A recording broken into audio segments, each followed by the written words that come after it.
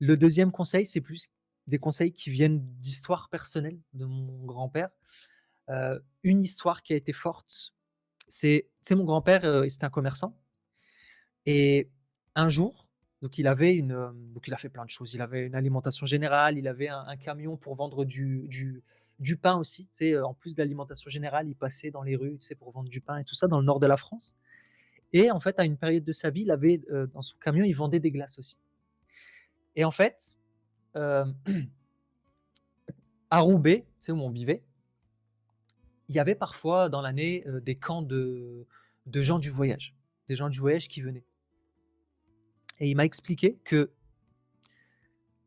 personne n'allait à la rencontre de ces gens du voyage.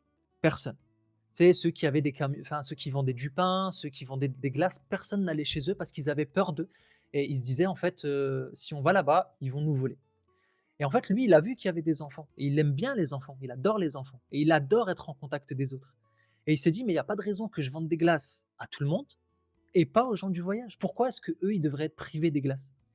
Donc en fait, il en a parlé, les gens ont dit: «Non mais tu es fou, faut pas aller là-bas, tu vas te faire dépouiller, tu vas ressortir sans ton camion et tout ça» et lui, en fait, il est quand même parti et quand il est parti, il racontait cette histoire de: «En fait, je suis arrivé, tout le monde me regardait de travers parce qu'ils ont pas l'habitude qu'il y a des étrangers qui rentrent, dans le camp, en fait» et il me dit: «Je voyais qu'il y avait des gens qui venaient, tu sais, qui commençaient à me démonter des petits trucs, tu sais, sur le camion et tout». Vraiment, tu sais, c'est il commençait à s'en prendre un petit peu, tu vois, comme ça au camion et en fait, il restait et il partait, il revenait et à chaque fois, c'était la même chose et au bout d'un moment, en fait, il y a le chef du camp qui est arrivé, en fait et qui lui a dit: «Mais tu as pas peur de nous?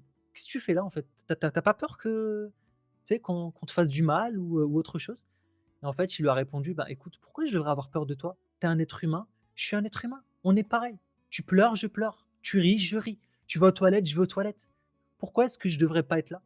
et il dit: «Mais pourquoi en fait tu es là?» Il dit: «Bah, parce qu'en fait je vends des glaces à tous les enfants. Tous les enfants sont contents quand j'arrive, mais par contre vos enfants, il y a personne qui vient et moi en fait, bah, j'ai envie que tous les enfants puissent bénéficier des glaces» et en fait, il s'est fait ami avec eux et puis, bah, en fait, c'était le seul qui pouvait rentrer dans le camp et en fait, c'était une grande leçon aussi parce que ça répond aussi à mes valeurs de tu sais, même quand tu as des gros a priori sur les autres, même si je le fais naturellement, mais parfois on peut avoir vraiment parfois on peut avoir de gros a priori.